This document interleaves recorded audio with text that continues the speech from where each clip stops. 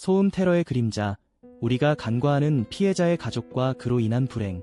소음 테러 그늘 속의 피해자와 그 가족들.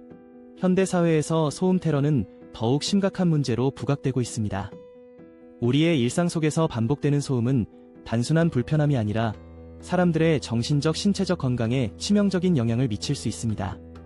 그리고 이로 인해 영향을 받는 피해자의 가족들은 우리가 간과하고 있는 고통의 이면을 지니고 있습니다. 소음 테러 그 실체는 무엇인가? 소음 테러는 고의적으로 발생하는 소음으로 특정 피해자를 겨냥해 발생하는 것으로 사회 전반에 퍼져 있는 심각한 문제입니다. 예를 들어 아랫집이나 윗집에서 사용하는 특수 장비를 통해 생겨나는 생활소음에 불쾌한 말이 섞여 피해자를 괴롭힙니다. 이러한 행위는 피해자의 일상생활을 파괴하고 심리적 스트레스를 유발하여 신체적 건강에도 악영향을 미치게 됩니다. 피해자의 가족에 미치는 영향.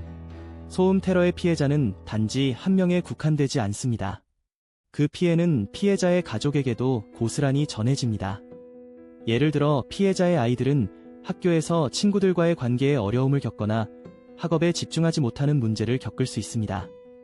피해자의 부모는 자녀의 고통을 보며 심리적 압박을 느끼게 되고 이로 인해 가정의 화목이 깨질 위험이 커집니다. 소음 테러는 단순히 개인적인 문제로 그치지 않는 것입니다. 조직 스토킹의 확산. 조직 스토킹은 단순한 괴롭힘이 아닙니다. 이는 특정 집단이 개인을 겨냥해 지속적으로 괴롭히는 행동으로 그 범위는 점점 넓어지고 있습니다. 사람들이 겪는 스트레스는 단지 소음이 아닌 주변에서 이루어지는 조롱과 비웃음, 그리고 그들이 피해자를 향해 내뱉는 상스러운 말에서 비롯됩니다.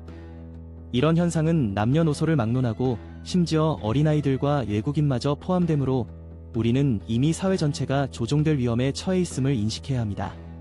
뇌파 생체 실험과 전파 무기 심각한 위험성. 이젠 우리가 마주하고 있는 실제 위험은 소음만이 아닙니다. 이어지는 내용은 블로그 게시물에서 확인하실 수 있습니다. 게시물 링크는 더보기란 또는 고정 댓글을 참고해주세요. 영상이 도움이 되셨다면 좋아요와 구독 부탁드립니다. 감사합니다.